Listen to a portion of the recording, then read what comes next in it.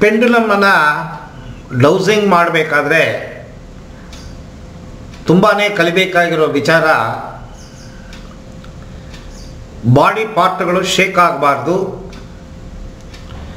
Mind com ಆಗಿರಬೇಕು,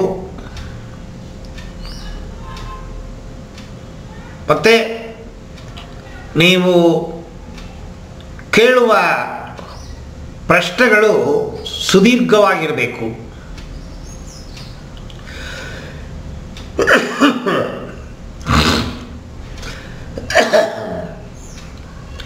alpha ಸ್ಥಿತಿ ಅಂತ ಏನು ಹೇಳ್ತೀವಿ, ಅದು ಶುರುವಿನಲ್ಲಿ ಎಲ್ರಿಗೂ ಬರೋದಿಲ್ಲ. ಆ ಆಲ್ಫಾ ಸ್ಥಿತಿಯನ್ನು ಪಡೆಯಲಿಕ್ಕೆ ಆಧ್ಯಾತ್ಮದ ಧ್ಯಾನಗಳ ಅಭ್ಯಾಸಗಳನ್ನು ಮಾಡಿ ಪಳಗಿದರೆ ತುಂಬ ಬೇಗ ಆಲ್ಫಾ ಸ್ಥಿತಿಗೆ ಹೋಗಲು ಸಾಧ್ಯ. ಇನ್ ಕೇಸ್ ಆಧ್ಯಾತ್ಮದ ಅಭ್ಯಾಸಗಳಲ್ಲಿ ತೊಡಗಿಲ್ಲ ಅಂದ ಪಕ್ಷದಲ್ಲಿ ಕ್ರಿಯೇಟಿವ್ ವಿಜುವಲೈಸೇಷನ್ ಹಾಗೆ ಅಂತ ಒಂದು ಟೆಕ್ನಿಕ್ ಇದೆ. ಆ ಕ್ರಿಯೇಟಿವ್ ವಿಜುವಲೈಸೇಷನ್ ಮಾಡೋದರ ಮೂಲಕವಾಗಿ ಆಲ್ಫಾ ಸ್ಥಿತಿಯನ್ನು ಮುಟ್ಟಲು ಸಾಧ್ಯ. ಈ ಕ್ರಿಯೇಟಿವ್ ವಿಜುವಲೈಸೇಷನ್ ಅಂತನ್ನೋದು ಸಾಧಾರಣ ನೀವೇ ಒಂದು ವಿಚಾರವನ್ನು ಸೃಷ್ಟಿ ಮಾಡಿ ಚಿತ್ರೀಕರಣ ಮಾಡೋದು. ಎಲ್ಲೋ ಒಂದು ದೇವಸ್ಥಾನಕ್ಕೆ ಹೋಗಿರೋ ಒಂದು ವಿಚಾರ,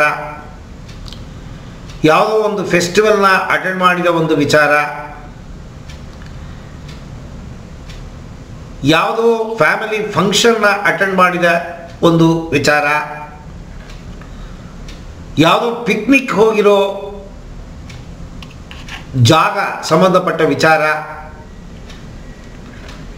ಹೀಗೆ ದಿನನಿತ್ಯ ಜೀವನಗಳಲ್ಲಿ ನಮ್ಮ ಮನಸ್ಸಿಗೆ ಸಂತೋಷವನ್ನು ಕೊಡುವ ಘಟನೆಗಳು ಬೇಕಾಟ್ಟು ನಡೆದಿರುತ್ತೆ. ನಿಮ್ಮ ಸಣ್ಣ ವಯಸ್ಸಲ್ಲಿ ಅಥವಾ ನೀವು ಒಂದು ಸ್ಥಿತಿಯನ್ನು ಮುಟ್ಟಿದ ಮೇಲೆ 15, 20, 25 ವಯಸ್ಸು ನಿಮ್ಮ ಜೀವನದಲ್ಲಿ ನಿಮಗೇ ಆದ ಕೆಲವು ಘಟನೆಗಳು, ಸಂತೋಷ ಘಟನೆಗಳು ನಡೆಯುತ್ತೆ.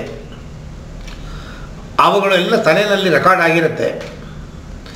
ಜನ್ಮ ಜನ್ಮಾಂತರದ ವಿಷಯಗಳೇ ತಲೆಯಲ್ಲಿ ರೆಕಾರ್ಡ್ ಆಗಿರಬೇಕಾದ್ರೆ ಈ ಪ್ರೆಸೆಂಟ್ ಜನ್ಮದಲ್ಲಿ ಎಮೋಷನಲ್ ಆಗಿ ನೆಗೆಟಿವ್ ನಮಗೆ ಬೇಡ, ಪಾಸಿಟಿವ್ ಆಗಿ ಯಾವ ವಿಚಾರಗಳು ನಿಮ್ಮ ತಲೆ ಒಳಗಡೆ ರೆಕಾರ್ಡ್ ಆಗಿದೆ ಆ ವಿಚಾರಗಳನ್ನು ರೆಕಲೆಕ್ಟ್ ಮಾಡುವ ಒಂದು ಅಭ್ಯಾಸ.